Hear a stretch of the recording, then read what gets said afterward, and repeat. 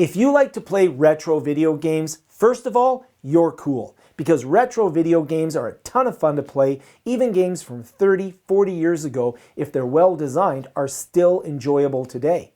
And if you've seen some of the emulators on the market, like this Nintendo NES emulator, you know that you can get access to an entire library of the best games for the platform. One of the best platforms ever made, some of the best games ever made. And in this video, I'm going to show you how I can take this NES emulator and actually play those games using my iPad as the screen for the emulator. And as a bonus, I'm even going to show you how I can make this entire system portable, so I can play my classic NES games any place, anytime. Let's go take a look.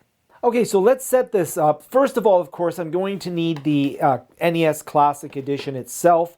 I have the controller attached to it that's going to let me play the games. And then I have a power supply attached. A couple of things to note here. The power supply actually is a USB plug, and that's going to be very important to us in a moment. Because what I'm going to do is I'm going to add to the power here a battery.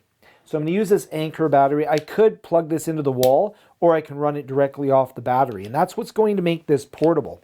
So now I've created a portable NES Classic, got the controller, keep that in my, well, I don't need to bring this with me because I could just use that to plug into the wall if I needed to. And then I've got my iPad. I need to add two more things. Of course, I need to get the video out of the NES, so I'm going to use an HDMI cable, plug into the back here, and now I have HDMI coming out of the NES, but I need to get the HDMI into the iPad. That's where this little adapter comes in, and I'll link to everything down below.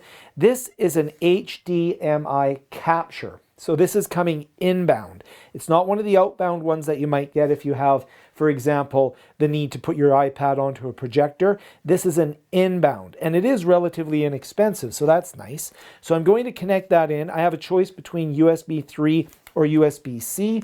This is a USB-C iPad, so I'm going to use the USB-C connector, and that's quite important as well because we're going to use software that is going to run on the iPad to receive the signal coming in from the NES unit. After physically connecting it, I'll launch Camo Studio, which is the software that receives the signal from the external video source. You'll notice that my external video source is a capture card. You'll notice that I'm just getting no signal right now. We'll get that in a moment. Underneath my primary video source, you can see I've got that set up. My secondary video source is used for picture-in-picture, so I'm just going to set the opacity to 0 for the secondary video source so that it's just the screen. I'm now going to turn on my NES Classic.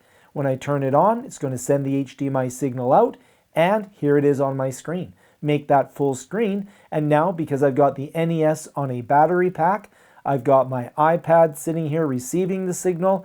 I can now boot different games that I want to play off that, and I've got a really nice little system that I can use to play my NES games anywhere that I want to play them, including Donkey Kong. Now that I have my NES Classic hooked up to my iPad, my cat Blossom and I can play video games anywhere we go. She likes to chase the little characters around the screen. I like to move the little characters around the screen.